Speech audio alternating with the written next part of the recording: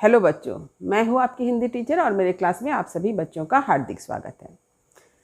आज मैं आप लोगों के समक्ष भारतेंदु हरिश्चंद्र जी द्वारा रचित नाटक अंधेर नगरी के सारांश को लेकर उपस्थित हूँ।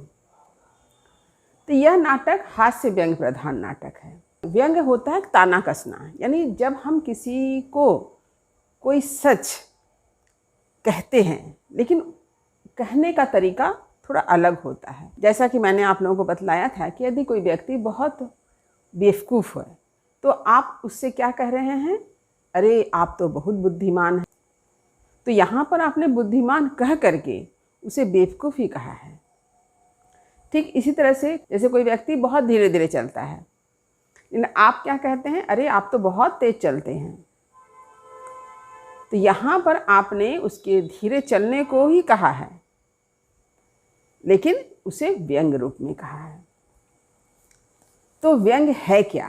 व्यंग एक ऐसी साहित्यिक अभिव्यक्ति है जिसमें व्यक्ति या समाज की विसंगतियों विडंबनाओं को बड़े ही रोचक और हास्यास्पद ढंग से प्रस्तुत किया जाता है। यही है व्यंग। तो भारतेंदु हरिश्चंद्र जी ने भी यह नाटक उस समय लिखा है जिस समय हमारे देश में अंग्रेजों का शासन था। अंग्रेजी शासन व्यवस्था भ्रष्ट हो रही थी, अराजकता फैल रहे थे, इतनी दुर्व्यवस्था फैल गई थी कि भारतेंदु जी ने इसे ही अंधेर नगरी कहा है, जहाँ पर छोटे बड़े गुण अवगुण सबको एक ही तराजू में तोला जाता है। यानी यहाँ पर किसी अच्छे व्यक्ति की कदर नहीं है, किसी भी व्यक्ति को महत्व सही रूप से नहीं दिया जा रहा है। तो इन सारी समस्याओं को लेकर अंधेर नगरी नाटक लिखी गई है।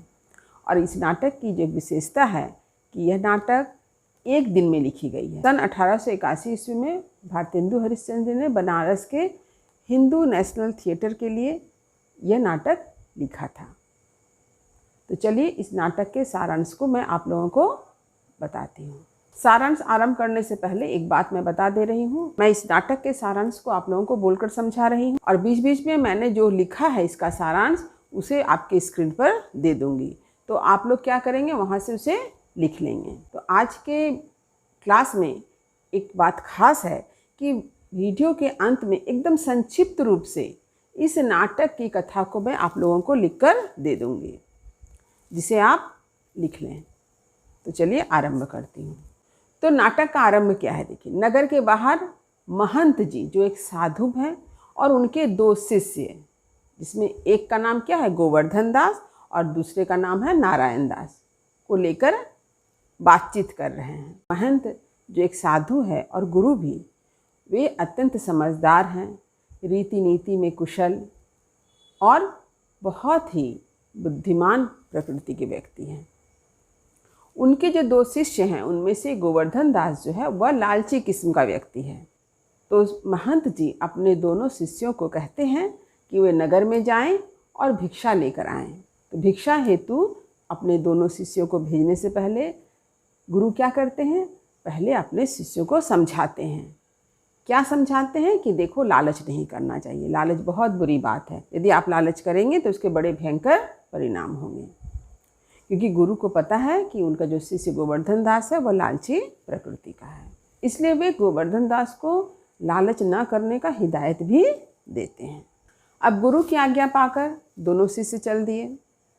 गोवर्धन दास जब नगर में पहुंचा और नगर के बाजार और नगर से होकर कहाँ पहुंचा, बाजार में। तो वह बाजार में क्या देखता है कि वहाँ बहुत सी दुकानें हैं, बहुत से दुकानदार भी हैं।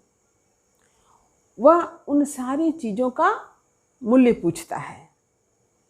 तो वह देखता है कि सारी चीज़ें एक ही भाव में बिक रही है। दुकानदार बतलाता है कि सब कुछ की कीमत क्या है, टके सेर। यानी आप अगर फल भी खरीदते हैं तो टके सेर, दाल भी खरीदते हैं तो टके सेर, मेवा भी खरीदते हैं तो टके सेर, और मिठाई भी खरीदते हैं तो टके सेर।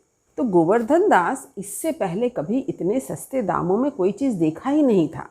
बड़ा आश्चर्यचकित रह जाता है कि वाह, इस नगर के बाज़ार में तो हर चीज़ बहुत सस्ती मिल रही है, महंगी से महंगी चीज़ भी सस्ती मिल रही है, सस्ती चीज़ भी सस्ती मिल रही है और महंगी चीज़ भी सस्ते दामों में मिल रही है। तो बहुत ही अच्छा है।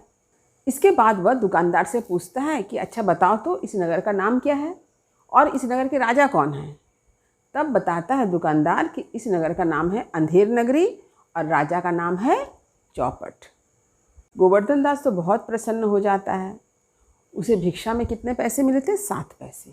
वह क्या करता है? 7 पैसों से मिठाई खरीदता है। कितनी मिठाई? 3 किलो मिठाई। और 3 किलो मिठाई लेकर के बाद वह एक गीत गाता हुआ अपने गुरु से मिलने चल देता है। वो गीत क्या है? देखिए, वो गीत है अंधेर नगरी चौपट राजा, टके सिर भाजी टके सिर खाजा। और गीत गाते हुए वह नगर से बाहर जंगल की तरफ चलता है जहाँ पर उनके गुरु हैं। और अपने शिष्य गोवर्धन दास को इतनी सारी मिठाइयों के साथ देख करके महंत जी तो अचंभित रह जाते हैं, आश्चर्यचकित रह जाते हैं कि आखिर इसको कितनी भिक्षा मिली कि वह उतने पैसों से इतनी सारी मिठाई खरीद ले आया।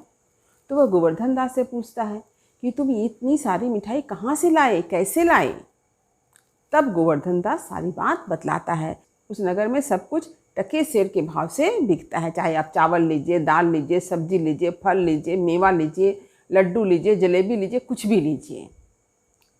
यह सुन करके गुरु जी सशंकित हो उठते हैं और कहते हैं गोवर्धन दास जी को कि इस नगरी में रहना ठीक नहीं है, हमें इस नगरी को छोड़कर चले जाना चाहिए। और वे कहते हैं कि जिस नगर में अच्छे बुरे गुणी अवगुणी को एक ही तराजू में तौला जाए वहाँ कुछ भी सही नहीं होता है। पर गोवर्धन दास पर इस बात का कोई असर नहीं होता, क्योंकि उसने तो पहले से ही मन बना लिया है कि वो अंधेर नगरी में ही रहेगा, क्योंकि उसे बहुत सी मिठाइयाँ खाने को मिलेगी कम पैसों में। इसलिए वह गुरु की बात को मानता नहीं है। तब गुरु कहते हैं कि ठीक है कि तुम जाओ अंधेर नगरी में रहो, लेकिन यदि कभी कोई संकट आए तो अपने गुरु को जरूर याद कर लेना। अंधेर नगरी का जो राजा चौपट है वह बहुत ही मूर्ख है। इसके साथ ही साथ क्या, वह शराब भी पीता यानी मद्यपी भी है। तो उसके दरबार में एक फरियादी आता है फरियाद लेकर। उसकी क्या फरियाद है कि एक दीवार गिर गई है और दीवार के गिरने से बकरी जो है दबकर मर गई। तो राजा क्या कहता है कि ठीक है, तब तो दीवार जिसका है उसका दोष हुआ। तो दीवार जिसका है यानी कल्लू बनिया को बुलाया जाए राज दरबार में। कल्लू बनिया को हुक्म दिया गया, कल्लू बनिया राज दरबार में उपस्थित हुआ। तो कल्लू बनिया ने कहा कि दीवार भले ही उसकी थी, लेकिन उसने तो दीवार नहीं बनाया, दीवार बनाया कारीगर ने, तो कारीगर की गलती है। अब कारीगर को बुलाया गया। कारीगर ने सारा दोष चूने वाला को दे दिया। चूने वाले को बुलाया गया फिर, तो चूने वाले ने सारा दोष भिस्ती को दे दिया, जो चूने में पानी मिलाता है। अब भिस्ती ने क्या किया अपने सफाई में, उसने सारा दोष गड़ेड़िया को दे दिया कि गड़ेड़िए के कारण जो है ये सारी मुसीबत आई। अब गड़ेड़िए को राज दरबार में बुलाया गया, तो गड़ेड़िए ने सारा दोष कोतवाल पर डाल दिया कि कोतवाल को देखने के कारण वह छोटे और बड़े भेड़ के चक्कर में बड़ी भेड़ भिस्ती को दे दिया था। यानी अब सारा दोष किसका हो गया? कोतवाल को। अब ये अंधेर नगरी की न्याय व्यवस्था है। तो राजा ने अब क्या किया, कोतवाल को फांसी की सज़ा सुना दी कि कोतवाल को फांसी दिया जाए। अब जब कोतवाल को फांसी पे सज़ा दी जा रही है तो देखा जा रहा है कि उसके फांसी का फंदा जो है वह कोतवाल के गले से बड़ा है। तो फांसी का फंदा छोटा नहीं हो सकता है, फांसी का फंदा जैसा है वैसा ही रहेगा। तो अब यह न्याय व्यवस्था देखिए कि फांसी का फंदा जो है वह बड़ा होने के कारण कोतवाल को फांसी अब नहीं दी जा सकती, क्योंकि कोतवाल का गला जो है वह पतला है। फांसी का फंदा ज्यों का त्यों रहेगा और कोतवाल के स्थान पर अब किसी मोटे आदमी को फांसी दी जाएगी, क्योंकि न्याय करना है। अब सिपाही चल दिए किसी मोटे आदमी की खोज में। तो कहाँ पहुँचते हैं? जंगल, जहाँ उसे कौन मिलता है? गोवर्धन दास, जो कि मिठाई खा खा करके मोटे ताजे बन चुके हैं। और सिपाही गोवर्धन दास को पकड़ के ले जाते हैं कि तुम्हें फांसी पे चढ़ाया जाएगा। अब गोवर्धन दास करे तो क्या करे? वह क्या करता है, तुरंत अपने गुरु को स्मरण करता है, क्योंकि उसे याद आ गया कि गुरु ने ये बात कही थी कि यदि कोई संकट आए तो मुझे स्मरण कर लेना। गुरु को उसने जैसे स्मरण किया तभी वहाँ पर महंत जी अपने शिष्य नारायण दास के साथ उपस्थित होते हैं।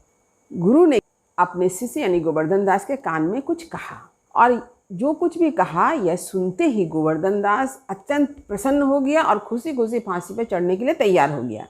इतना ही नहीं, गुरु भी कह रहे हैं कि मुझे फांसी पे लटकाया जाए, गोवर्धन दास को फांसी ना दी जाए बल्कि उसके बदले गुरु को दी जाए। गोवर्धन दास जी कहते हैं नहीं, मुझे फांसी पे लटकाया जाए। यह देख करके राजा बड़ा आश्चर्यचकित होता, आखिर क्या बात है। तो वह महंत जी से पूछता है कि आप लोग ऐसा क्यों कर रहे हैं। तो महंत जी बताते हैं कि अभी का जो समय है वह बहुत ही शुभ समय है। इस समय जो भी फांसी पर लटकेगा वह सीधे बैकुंठ जाएगा। अब तो राजा जो है अपनी मूर्खता का परिचय यहाँ देता है कि वह कहता है कि इस नगरी का राजा तो मैं हूँ, इसलिए मेरा अधिकार है कि मैं ही बैकुंठ जाऊँगा, अतः मुझे ही फांसी पे लटकाया जाए, और स्वयं को फांसी पे चढ़ाने का हुक्म देता है। और इस प्रकार राजा फांसी पे चढ़ के अपनी जीवन लीला अंत कर लेता है। इस प्रकार महंत जी अपने चतुराई से, अपनी समझदारी से अपने शिष्य की प्राण की रक्षा तो करते ही हैं, इसके साथ ही साथ अंधेर नगरी को भी एक मूर्ख राजा के चंगुल से छुड़ाते हैं। तो यह है इस नाटक का सारांश। तो उम्मीद करती हूँ कि इस नाटक का सारांश आपको अच्छी तरह से समझ में आ गया होगा।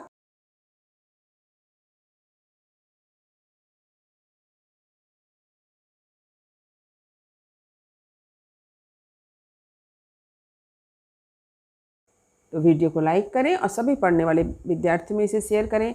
यदि आप लोगों ने अभी तक मेरे चैनल को सब्सक्राइब नहीं किया है तो जल्द चैनल को सब्सक्राइब कर लें, ताकि जो भी वीडियो मेरे चैनल पर अपलोड होंगे उन सभी का नोटिफिकेशन आपको तुरंत मिल सके। तब तक पढ़ते रहिए, जीवन में आगे बढ़ते रहिए। मेरी शुभकामनाएं आप सभी बच्चों के साथ है। धन्यवाद।